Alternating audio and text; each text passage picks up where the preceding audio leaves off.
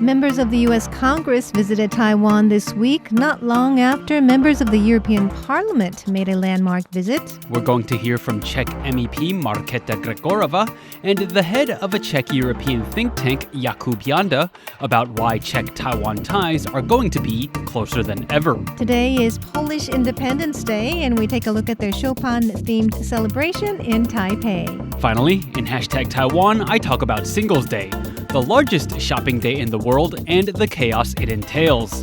This is Taiwan Insider.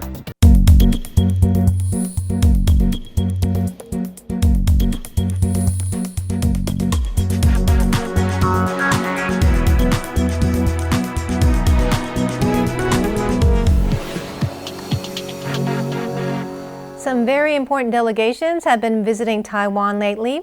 Last week, we saw members of the European Parliament visit Taiwan for the first time. This week, it's a visit from members of the U.S. Congress. A visiting group of U.S. Congress members alights in Hsinchu City on Thursday morning. They're here to visit TSMC, the crown jewel of Taiwan's tech industry. The U.S. lawmakers' itinerary also included a trip to Taiwan's defense ministry on Wednesday.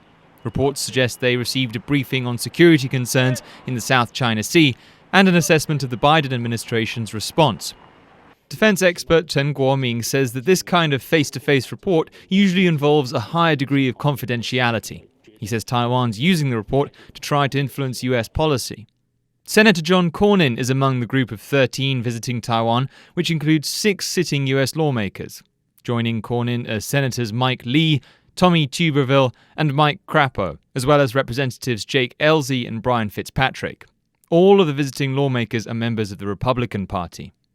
Before landing in Taiwan, Senator Mike Crapo took to Twitter to say that he was introducing a Taiwan Deterrence Act. The bill would allocate $2 billion a year to strengthening Taiwan's defenses if Taiwan matches that spending. Crapo says the bill would bolster deterrence across the Taiwan Strait and strengthen Taiwan's ability to defend against Chinese aggression. It's the first time members of US Congress have been filmed entering the Defense Ministry in over 10 years. Chen says it shows that the United States and Taiwan are gradually becoming more open about military cooperation and that they aren't afraid of a response by China. Taiwan's foreign ministry declined to comment on the visit at the request of the visiting lawmakers. Meanwhile, Japanese media are reporting that former Prime Minister Shinzo Abe is expected to visit Taiwan next year. Taiwan's foreign ministry has welcomed news of the visit. The ministry has thanked Abe for his long-standing support of Taiwan, as well as his work behind the scenes securing vaccine donations from Japan. More and more democracies are building stronger ties with Taiwan.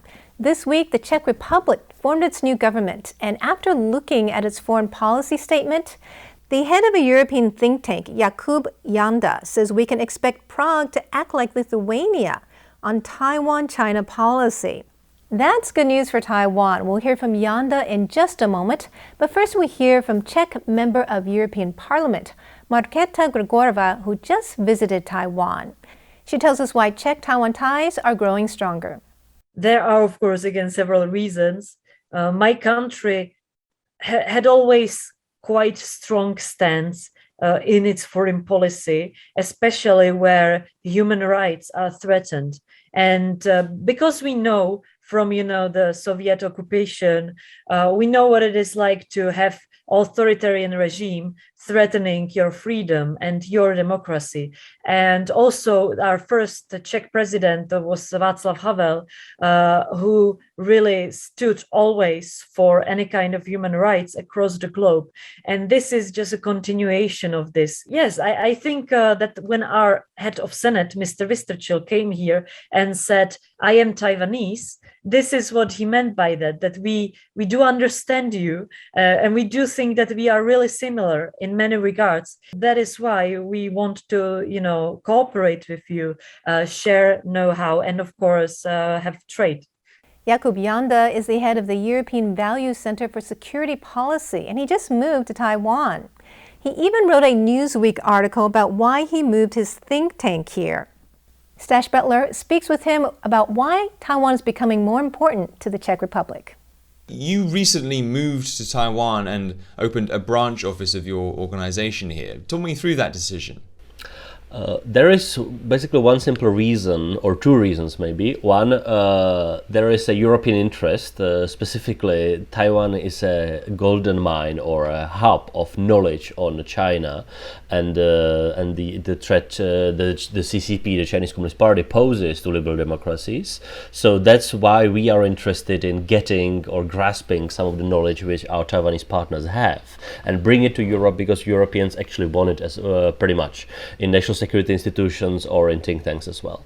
So that's what we are interested in. And second, we want to be helpful as well, because I see that, or I'm afraid that we are actually in a long-term battle with the Chinese Communist Party, which is fighting against liberal democracies. And Taiwan is the first geostrategic battle. That's what I'm afraid is actually ongoing right now, which means that we as people who believe in supporting liberal democracies should actually stand up for those who are under imminent threat, which I believe is Taiwan. So it's pragmatic, but it's also principled, I hope, in the ways what we want to do. I mean, you talk about countries that are, who could show political or economic support for Taiwan. I mean, among the countries that have done that, it's voices in Central and Eastern Europe that have been the loudest.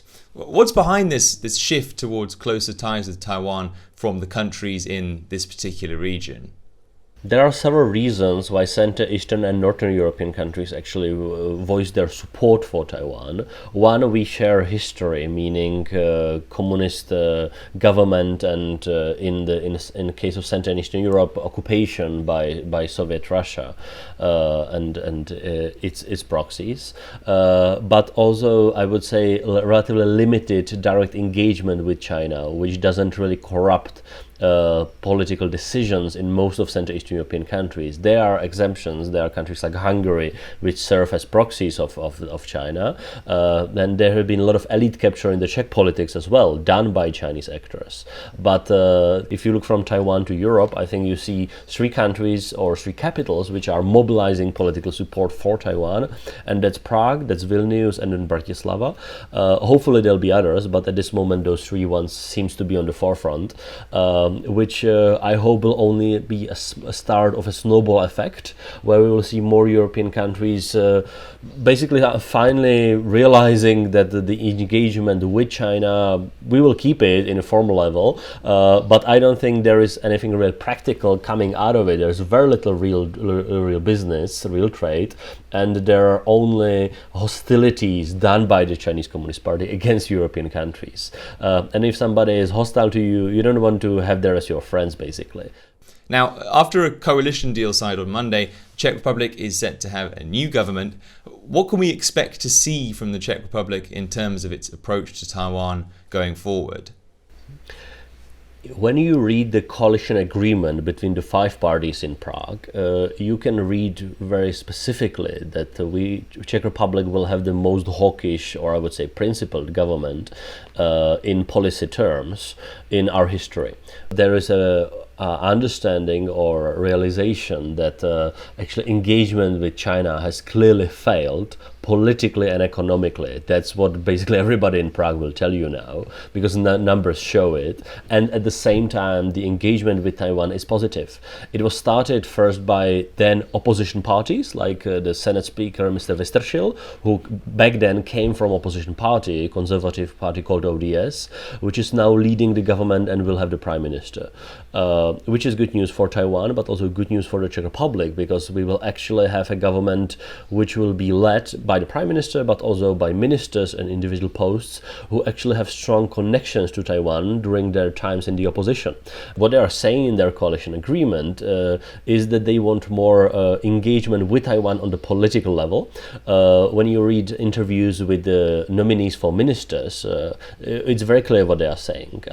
I would translate it into saying, like, we see what Lithuania is doing, and we more likely would do similar things, which means direct political engagement, a lot of more cooperation on the economic and technological level. There is already existing trade and investment between Czech Republic and Taiwan, which is good news. For example, Taiwan has created 6 times more new jobs in the Czech Republic than the PRC, which is quite unique for a European situation. So there is quite a lot of let's say business ties which are already existing between Czech Republic and Taiwan, which now can be boosted into more significant political, security and other areas of cooperation.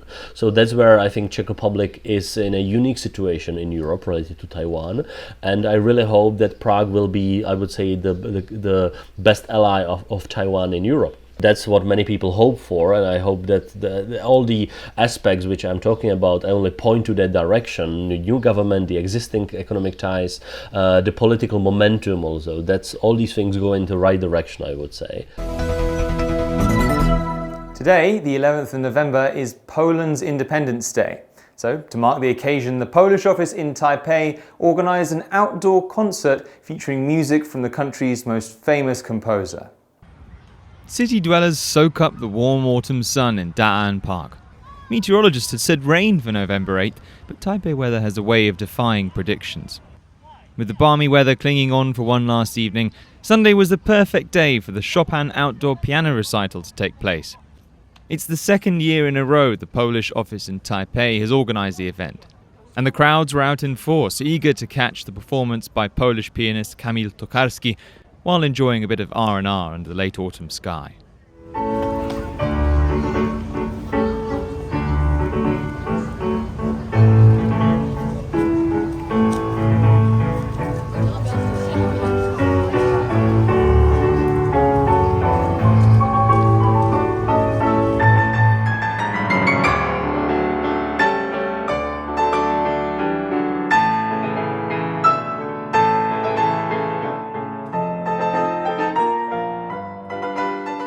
The main reason why we decided to organize Chopin outdoor piano recital is because this kind of recitals, outdoor recitals, have a very long tradition in Poland. In Warsaw, in Łazienki Park, in the summer, we have every week there is an outdoor piano concert performed by a famous Polish or foreign pianist. So we wanted to bring this tradition to Taiwan, to Taipei, and also try to reach people who normally don't go to music halls for concerts, so they can also enjoy Chopin's music in Taipei.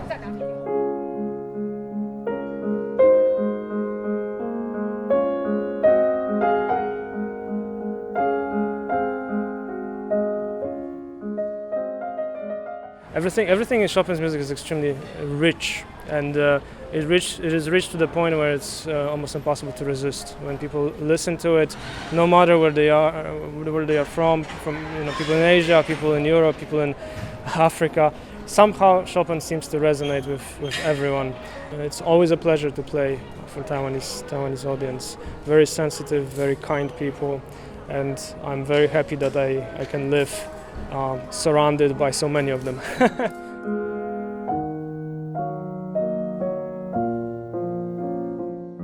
In concert hall there's a ceiling, but here the ceiling is the sky.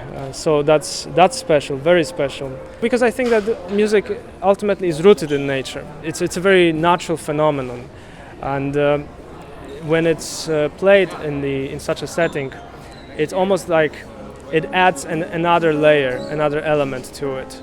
Especially now when, in those difficult times, everybody's so isolated, everybody's so separated, and to have a concert outdoors all together, I think we need that. The more the better.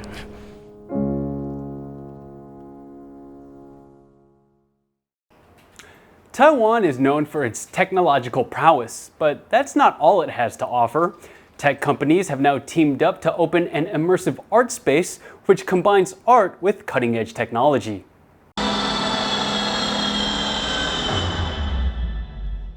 After a year in the making, the first immersive digital art space combining 5G and 4K projection technology, Ambi Space 1, opened on the 5th floor of Taipei 101 on Tuesday.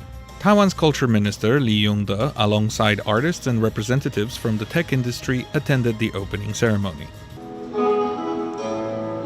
Ambi Space 1 was set up by Ambi Space Incorporated, which is a product of cooperation between tech giant Acer's founder Stan Shi and France Collection founder Chen Liheng. It aims to bring together the worlds of art and technology. Taiwanese manufacturer Delta Electronics supplied 43 powerful high-resolution projectors. Those were used to create an immersive visual space with a resolution equivalent to 64K, plus additional 24K on the floor.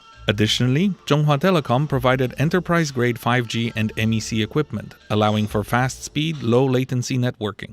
Audio equipment completes the personalized, immersive experience.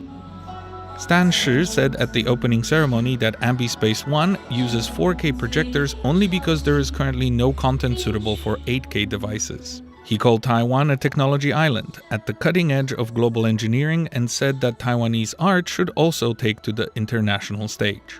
Ambi Space 1 will allow artists and tech entrepreneurs to cooperate and experiment before the metaverse becomes a reality. Shi says Taiwan doesn't lack talent, it lacks stages. He hopes art and technology will mix on this stage, delivering new experiences to audiences. Minister Li said that the Taiwan Creative Content Agency, which operates under his ministry, will participate and invest in similar platforms in the future. He believes Taiwan can develop its own brand of immersive digital content. Next up, Leslie Liao explains why November the 11th is a special day in Taiwan and China in Hashtag Taiwan.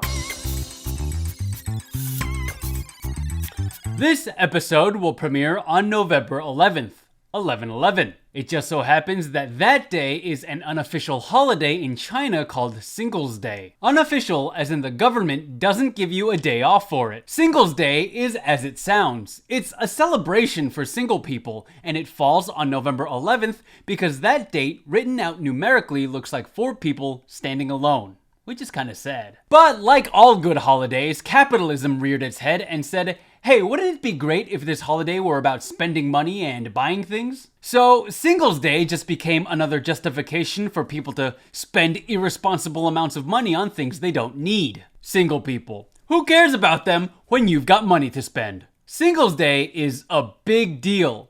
It's the largest physical retail and online shopping day in the world. But Leslie, why are we talking about a Chinese holiday? Shouldn't we be talking about something a little more, I don't know, Taiwanese? As I've mentioned in a previous episode of Hashtag Taiwan, anything that happens in China translates culturally and rather seamlessly over here. So, Singles Day has caught on in Taiwan as well. Many online shopping platforms came out with specialized 11/11 logos and deals well before the date itself. I myself scored a pretty sweet deal on some probiotics. Like I always say, the only thing better than gut health is gut health at a steep discount. There's a deal for everything from home appliances to, well, my probiotics. Here's the thing though, with so much shopping taking place online these days, that means there's a lot of logistics to take care of. Every year, pickup locations and post offices are inundated with so many purchases, and it all gets kind of chaotic. Employees at these spots are easily overwhelmed by the sheer volume of packages coming in need of processing. This year though, amid heightened tensions with China, 11/11 is getting political. So one Taiwanese internet user was looking to buy a product from a Chinese seller on Taobao, a Chinese shopping website. That person sent a message to the seller asking if they deliver to Taiwan. And then, seemingly out of absolutely nowhere, the seller goes on a rant about how Taiwan will one day reunify with China. Here's the conversation. Hello, can you ship to Taiwan? Is Taiwan reunified? Has it returned to China? Cocked eyebrow emoji. We don't deliver to Taiwan. You have to remember, Taiwan belongs to China. It'll return to China one day. When Taiwan reunifies with China, I'll give you free shipping. I'll pay for it. I'm sorry, so can I put in an order? I won't ship to Taiwan. Okay, thank you. You're welcome. We're all Chinese people. Okay, so just let me know if ordering ever becomes available. Don't think America will protect you. You have to believe in China. Now look, I know we're prone to talking about sovereignty on this show, but come on, man. I don't want to have to ask people to hold the tirade every time I buy something from a shop from now on. So let's take stock really quickly. So far, China and Taiwan have managed to politicize fruits, celebrities, and now shopping. What's next? The color of the sky? And now, before we head back to the studio, let's have a look at the other stories that were on our radar. Taiwan's military has launched a 5-day-long series of maneuvers that will see tanks and troops crisscross the south, testing their battle readiness. Among the drills planned was one scheduled for Wednesday that saw troops practice evacuating, camouflage, and maintaining their ability to fight. Another simulated repelling an enemy landing on shore. A fishing port in Zhanghua is in the midst of a mullet roe bonanza. One fisherman says the catch this year has been around 4,000 mullet fish. The orange roe these fish produce is a seasonal delicacy in Taiwan. After a few days of heavy rain, wintry temperatures have arrived in Taiwan. Granted, winter here rarely sees the mercury drop below around 12 degrees Celsius, but long-sleeve weather has begun, and there is even talk of snow on some higher mountains. And we're back in the studio for our final question of the day. This is a question for you guys. Let's suppose the Foreign Ministry calls you up right now and they say, Natalie, Leslie, we don't have anything planned for tomorrow. We need you guys to look after the visiting delegation of US lawmakers. Where would you take them? I know where I would take them. I would take them swimming with sea turtles in Xiaoliuqiu. Oh, That's wow. like one of my favorite things to do in Taiwan. Nice. I think they would love it. Yeah. Tell them not to touch the turtles. That's right. You can't touch the turtles, but have fun with them. For me, well, first I'd ask Mofo, what are you doing calling this guy to make an itinerary? But I know exactly where I'd take them. I'd bring them right here to RTI. That's right. Show them where the magic happens. That's Show right. them the studio, wine them and dine them, and then next time, boom, bing, bang, boom, we got an interview. Yeah, as you line them Let's up. interview them tomorrow. Thinking ahead. Yeah. You always got your work head on. I would go something a bit simple. I mean, probably not quite as simple as Leslie, but I would go hot spring. Ooh. Yeah, I would I have think place they'd in like mind. that. I'd take them up Yangmingshan to one of those natural hot springs, crack open a few beers, have a chat with the lawmakers from the US. I'm sure we'd have a whale of a time. To be fair, I'm betting the delegation would love your guys' idea far more than mine. That's just like We should do all hunch. three, right? Yeah, In well, one day. You know, we can do it in one day. we can survey them. We'll ask them, if they happen to, come here for any reason. Anyway, that's it for us for Taiwan Insider this week. I'm Stash Butler. I am Natalie Tso. And I'm Leslie Liao. Make sure to follow us on social media. You can catch us on Facebook and YouTube. Yes, do subscribe and leave a comment below. We'd love to hear from you. And don't forget to tweet at us. Our handle is Taiwan Insider. Anyway, guys, until next week, see you around.